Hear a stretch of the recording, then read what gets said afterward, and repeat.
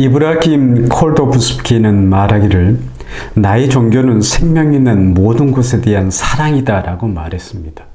동화작가 권정생 선생도 예수가 사랑한 풀꽃 한 송이를 예수처럼 사랑하고 싶어 하나님을 믿는다고 했습니다. 불교, 유교, 천주교, 기독교 등 진리를 추구하는 정상적 종교들의 공통적 특징도 생명 있는 모든 것에 대한 사랑이라고 할 수 있습니다. 그래서 만일 너희가 믿는다면 이라거나 이것을 믿는다면 이라 말하지 않고 만일 너희가 서로 사랑한다면 이라고 말합니다. 영원한 사랑이 무엇인 줄 알고 진실로 서로 사랑하면 진리를 찾아 나아갈 수 있고 만날 수 있습니다.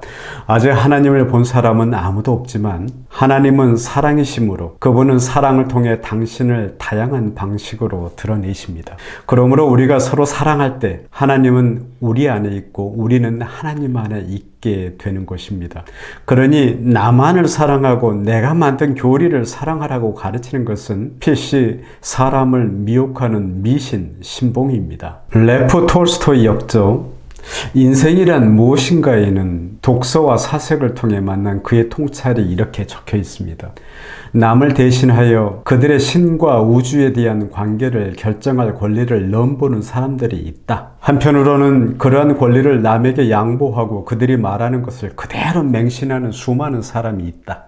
그 양쪽 다 잘못에 빠져 있는 것이다 라고 말입니다.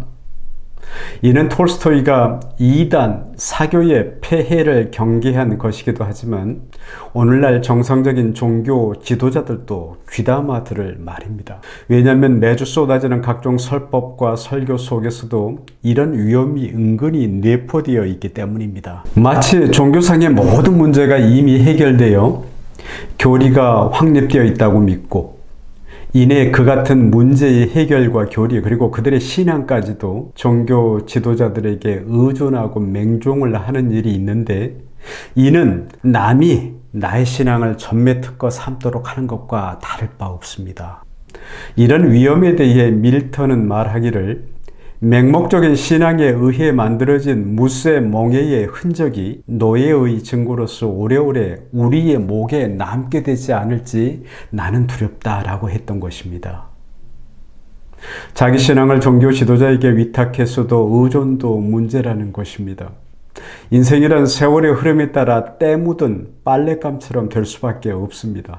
그래서 쉼 없이 맑은 사유의 강물을 찾아 생존을 빨지 않으면 추리한 인생을 면할 수가 없습니다.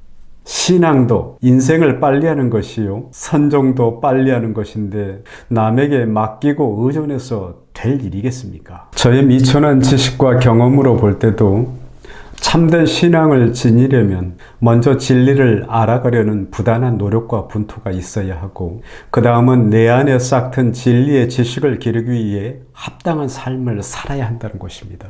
이런 삶을 살아야 할 마당은 거창하고 먼 데 있는 것이 아니며 비단 종교적 활동에만 있는 것도 아닙니다.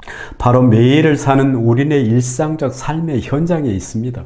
저 또한 독서와 사색을 통해 발견한 최고의 신앙도 침묵 가운데 하나님과 친밀한 대화를 나누는 것이었습니다. 그러니 나의 평소 삶이 예배가 되는 것보다 더 높은 차원의 신앙은 없다고 생각하는 주의입니다.